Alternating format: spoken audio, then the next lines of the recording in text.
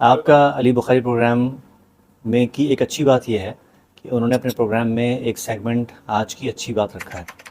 تو میں سمجھتا ہوں کہ آج کی اچھی بات یہ ہے کہ جب بھی آپ گھر سے باہر نکلیں اپنے لیے تو پانی رکھیں ہی رکھیں. باہر ایک بوٹل آپ اضافی رکھ لیجئے.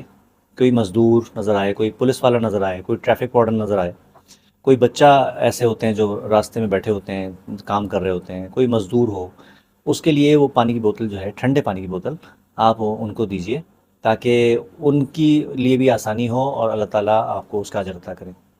دوسری بات یہ ہے کہ جب گرمی ہوتی ہے تو ہم خود فیل کرتے ہیں کہ ہم کافی چڑچڑے ہو گئے ہیں، ہمیں غصہ آ رہا ہے. اور حالانکہ ہم لوگ جو ہیں وہ گاڑیوں میں ہوتے ہیں، اے سی چل رہے ہوتے ہیں.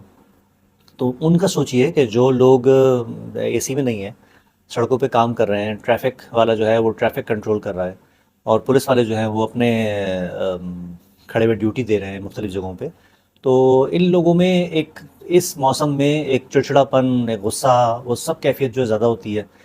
آتے جاتے راہ چلتے بھی ہم دیکھتے ہیں کہ موٹر سائیکل والے، گاڑیوں والے جو ہیں وہ آپس میں چھوٹی چھوٹی باتوں پہ لڑ رہے ہوتے ہیں.